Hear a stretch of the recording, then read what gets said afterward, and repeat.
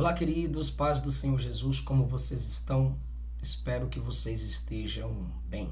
É um prazer, mais uma vez, estarmos aqui para falarmos de mais uma porção da Palavra de Deus. Eu espero que você esteja sendo edificado. Estamos aqui comentando sobre um salmo aos servos de Deus, um salmo aos ministros de Deus. Hoje nós vamos falar sobre a progressão do amor e do entendimento na palavra de Deus. Veja comigo, por favor, no Salmo de número 119, a partir do verso 97. O salmista diz: Ó, quanto amo a tua lei! É a minha meditação em todo o dia. Tu, Senhor, pelos teus mandamentos me fazes mais sábio do que os meus inimigos, pois estão sempre comigo. Depois a gente continua. Ele diz que ama a lei de Deus porque ele é justo. Quem é justo ama o que é justo. Ele ama tanto que precisa expressar o seu amor. Mas perceba que ao tentar expressar, ele percebe que é impossível expressar, então ele clama: ó, quanto amo a tua lei. A palavra de Deus não é apenas para ser reverenciada, mas amada.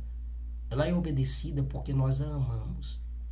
Ele ainda diz no verso 97 que medita nela. Quanto mais medita, ele ama, e quanto mais ele ama, ele medita. Interessante notar é que ele não começa falando do seu conhecimento sobre as Escrituras, nem de ler as Escrituras ou ouvir falar dela, ou de praticá-la externamente. Mas ele começa falando sobre o seu amor pela lei de Deus, porque amar a palavra de Deus é mais do que ouvir, ler, falar ou praticar. Você pode ler, ouvir, falar, praticar externamente sem amá-la, mas você não pode amá-la sem ler, sem ouvir, sem falar dela e sem praticá-la. A respeito dos homens, quanto mais os conhecemos e nos aproximamos deles, menos os admiramos. Mas com a palavra de Deus é diferente. É exatamente o oposto. Quanto mais nos aproximamos das Escrituras, uma comunhão maior é gerada em nosso coração. Ele diz que medita nela dia e noite. Meditar é sussurrar, porque é preciso dialogar com as Escrituras. Meditar também é colocar na mente. Quem guarda na mente, pratica na vida. Verso 98, ele diz assim: Tu, ó Senhor, pelos teus mandamentos me fazes mais sábio do que os meus inimigos, pois estão sempre comigo. 99, ele diz: Tenho mais entendimento do que todos os meus mestres, porque os teus testemunhos são a minha meditação. Em conexão ainda com a comparação que ele começa a fazer no verso 98, ele diz no verso 100: Entendo mais do que os velhos, porque eu guardo os teus preceitos. Ele não diz no 98 que os mandamentos o tornam sábios, ele diz que Deus, pelos mandamentos, o torna sábio. Porque a palavra de Deus é capacitadora, é o instrumento pelo qual Deus nos capacita. A palavra de Deus é o instrumento pelo qual ele nos dá a sabedoria. Os mandamentos compõem o livro de Deus e o professor é Deus. Além do conhecimento, nós temos o Espírito Santo. O conhecimento na palavra gera entendimento, mas é o Espírito Santo que gera em nós sabedoria. Depois que ele fala que a palavra de Deus o capacita, ele diz assim: ela me torna mais sábia. Ele compara a sua sabedoria com a sabedoria dos inimigos, e ele diz que ele é mais sábio que os inimigos. Ele não diz que os inimigos não têm inteligência, só que ele tem mais. Os inimigos dos salvos não são sábios como os salvos, porque eles não aprendem com o mestre dos salvos. Se eles meditassem nos mandamentos dos salvos, eles não seriam inimigos dos salvos, e seriam tão sábios quanto os salvos. Por que nós somos mais sábios do que os inimigos? Porque as armas deles são outras. Eles são filhos das trevas e na maldade eles são mais prudentes que os filhos da luz. Nós não fazemos parte da mesma escola deles. Nosso instrutor é diferente. Com a sinceridade nós frustramos a fraude, com a verdade nós subjugamos as mentiras, e com honestidade derrotamos a calúnia. Depois de falar dos inimigos, no verso 98, ele fala da palavra que está sempre com ele. Porque a palavra de Deus é amiga de quem é inimigo do mundo. igreja. Os inimigos estão sempre contra a igreja, mas a palavra de Deus está com a igreja. Os inimigos estão por fora, mas a palavra de Deus, ela age aqui dentro. Os inimigos falam contra a igreja, mas a palavra de Deus fala com a igreja. Os inimigos tentam destruir a igreja, mas a palavra de Deus consegue edificar e manter a igreja edificada. Perceba que no verso 99 ele diz: tenho mais entendimento do que todos os meus mestres, porque os teus testemunhos são a minha meditação. Entenda que ele não se chama de mestre, ele continua sendo aluno. Tenho mais entendimento do que os meus mestres. Ele não tem apenas um mestre, ele tem vários mestres. Mas ele tem mais entendimento do que eles, porque ele medita mais na palavra de Deus do que os seus mestres. Tanto ele quanto os mestres têm entendimento. Aqui nós temos a palavra de Deus nivelando alunos e mestres, mas ele tem mais. Porque há muitos que sabem o que é teórico, mas se pouco pratica. Nisto o salmista é superior, porque ele pratica fora o que aprende dentro de uma sala de aula. O conhecimento teórico limitado à sala de aula está abaixo da sabedoria que o Espírito dá enquanto exercemos a palavra de Deus. E a gente não pode ficar só dependendo de professores, porque no dia do juízo Deus não vai julgar apenas os professores por terem ensinado errado. Jesus também nos julgará pelas nossas próprias obras. Se os professores ensinam o que aprenderam, a gente tem que praticar o que aprendemos com eles, mas não podemos esquecer da maior escola, do maior mestre, do maior professor, que é Jesus.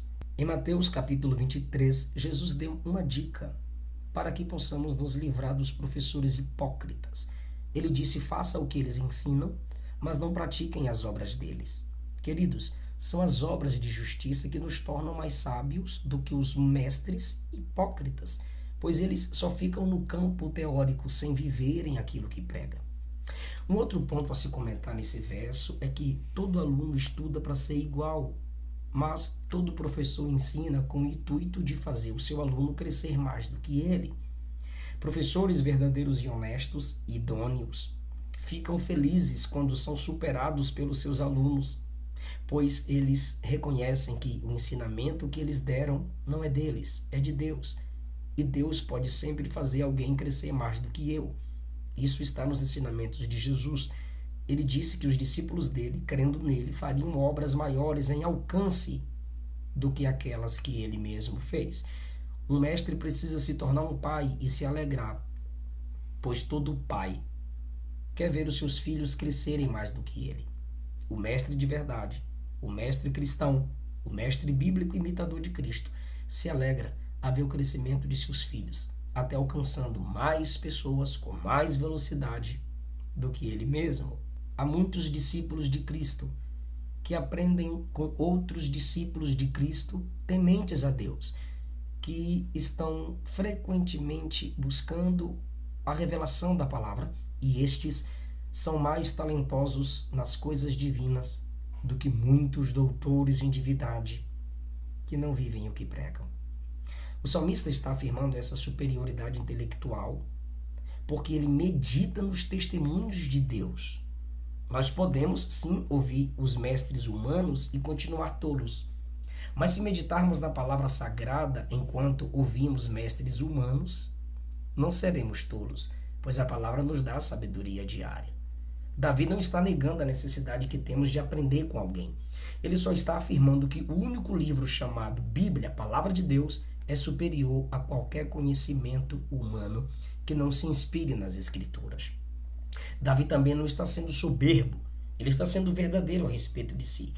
Quando ele fala do seu entendimento superior, ele não pretende glória para si, mas ele está louvando a palavra de Deus, a lei de Deus, pois em todo o salmo ele diz que não é apenas a lei, mas é Deus quem o ensina através da lei.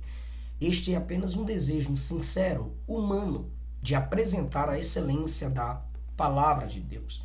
É a palavra de Deus guardada que faz o jovem salmista superar seus amigos, que são seus mestres, e seus inimigos, pois a sua prática de vida diária ofuscou até os seus antepassados. Por isso ele diz que é mais prudente até do que os mais velhos.